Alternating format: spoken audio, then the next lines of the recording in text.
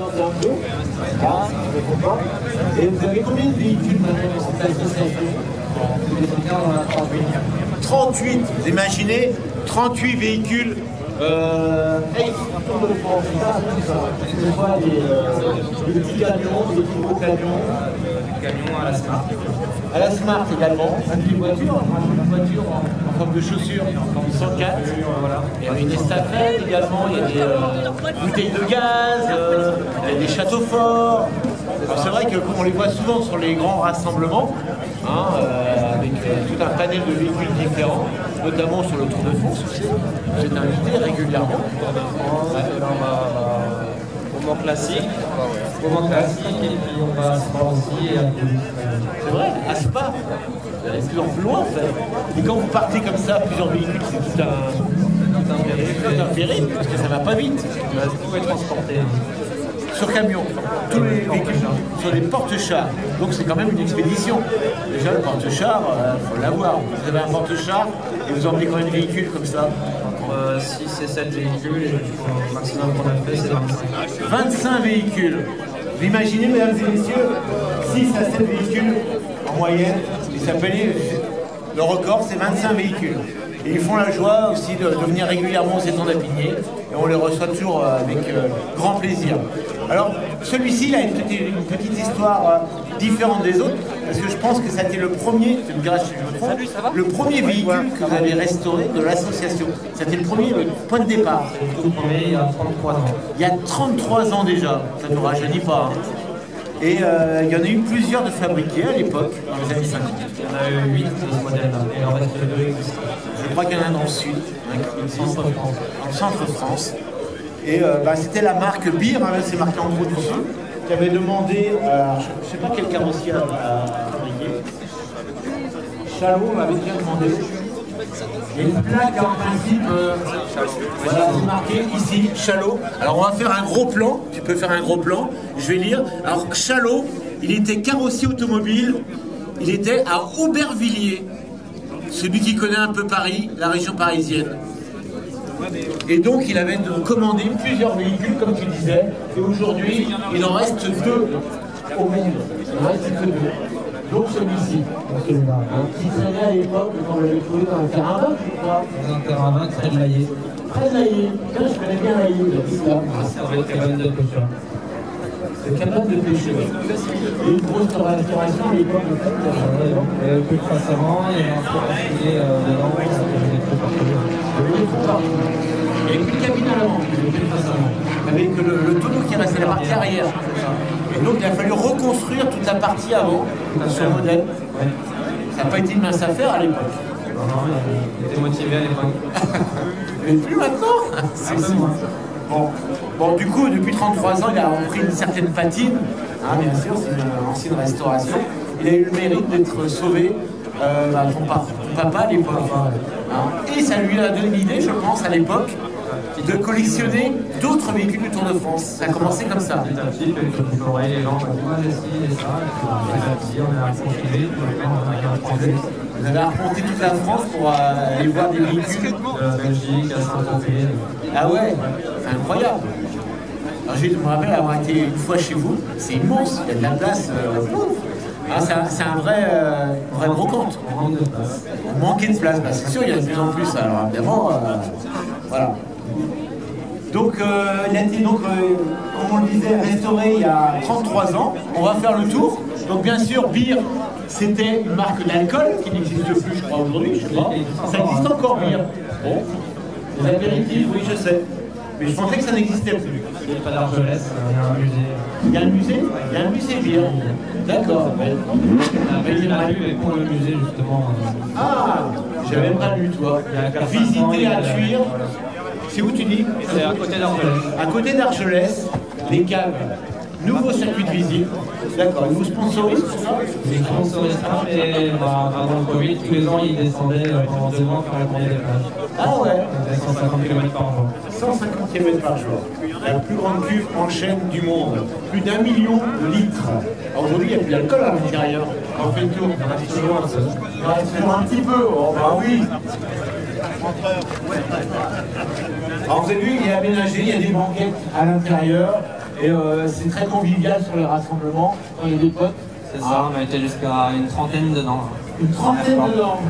Eh ben, dis donc, la suspension n'est pas trop raide, non? Ça fait 5 tours. Bon, vous avez vu que ça a été restauré à l'intérieur il y a 33 ans, je vous rappelle, ça date pas d'hier, et qu'il y a de la place. Donc bien sûr, il y a en forme de tonneau, parce que c'était des apéritifs pires. Donc pour rappeler, à l'époque, hein, l'idée des véhicules du Tour de France, c'est de modifier un véhicule roulant. On prenait une base, comme celle-ci c'était une goélette, et on modifiait par rapport à ce que voulait la marque. Ça reste un tonneau, ça peut être un encrier, ça peut être un tube de dentifrice, ça peut être n'importe quoi. Une bouteille de gaz, comme tu disais, une chaussure, comment ça s'appelle la marque? Kickers. On transforme. C'est pour ça qu'on revoit souvent dans les anciens Tours de France ces véhicules-là. Aujourd'hui, ça existe toujours, mais ça a changé quand même. Il y a encore les 2 chevaux cochonneux, c'est ça. La colle aussi, la R5 collée à l'envers. Il y en a une multitude, hein. Il y a une multitude. Mais celui-ci reste le premier de l'association. Et alors regardez à l'intérieur, ça n'a pas changé. Hein. Au niveau du poste de métal, c'est une goélette. Vous connaissez les goélettes? Qui c'est qui connaît les goélettes traditionnelles? Oui, quand même. C'est un moteur Renault. Il avait démonté les 4 freins. Hein. Ça, c'est les moyeux coniques, là, il y a les moyeux. J'ouvre, regardez. Sauf que là, bien sûr, on a allongé la partie avant. Parce qu'une goélette, le nez s'arrête ici en principe, si je me rappelle bien. Voilà. Donc vous avez vu que le pare-brise, il est droit. Hein. Il est carrément droit. Bon, les courants d'air, hein, c'est pas très étanche, je pense pas. Hein, il n'y a pas de joint. Je vois pas de joint sur les portes. Bon, ça fait partie aussi du... Et ça, vous savez ce que c'est, ça? C'est quoi, ce truc-là? Il y a un machin, je sais pas ce que c'est. Ah, c'est peut-être pour prendre des petites culottes de madame. Non? Donc ça se redresse. Non, c'est tout simplement, à l'époque, les clignotants n'étaient pas encore inventés. Donc on avait comme à l'époque quand on tournait, on faisait ça. Donc les premiers constructeurs, on va faire pareil, on va faire un bras comme ça, articulé, électrique je crois, il me semble, pour tourner. Bon, c'était pas très voyant. Et après on est passé au clignotant, au vrai clignotant. Mais à l'époque, c'était un petit bras, comme ça, qui se redressait pour tourner. N'est-ce pas, monsieur? Ah, moi je vous entendais très bien, moi. Qu'est-ce que je disais alors? Écoutez, je sais qu'il y a le petit bras sur le côté, ça s'arrête. Allez, avec clignotant. Comme les anciennes coques. Voilà, voilà, c'est intéressant. Tout à fait.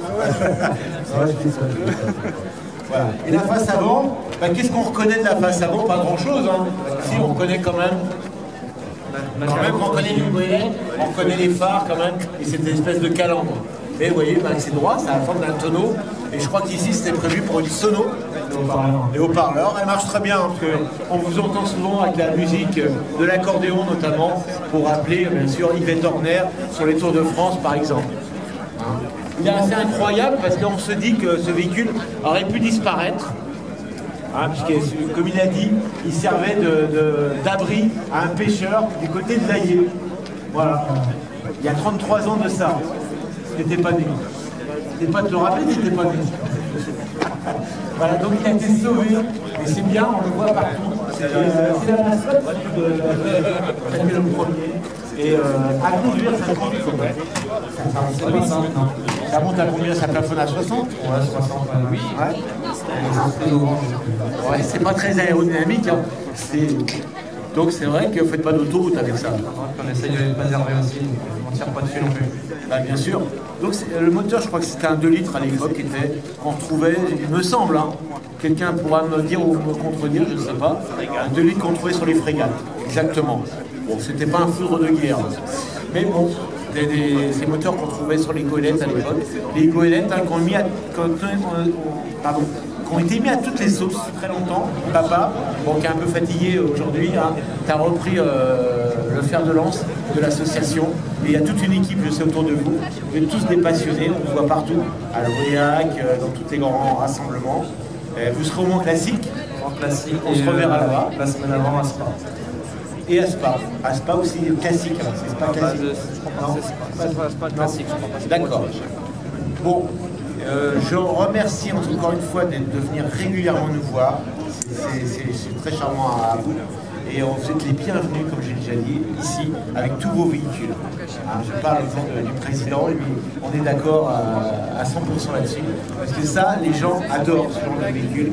Et je pense que quand vous faites une sortie, les gens aiment voir ce genre. Ils sont émerveillés.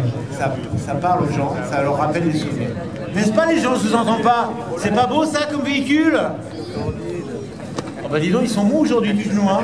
On vous entend pas? L'hiver n'est pas fini, je sais bien, mais quand même. Vous pouvez l'applaudir, mesdames et messieurs. Voilà, Enzo de l'association des anciens véhicules publicitaires du Tour de France. Merci encore à toi d'être venu et merci à toi.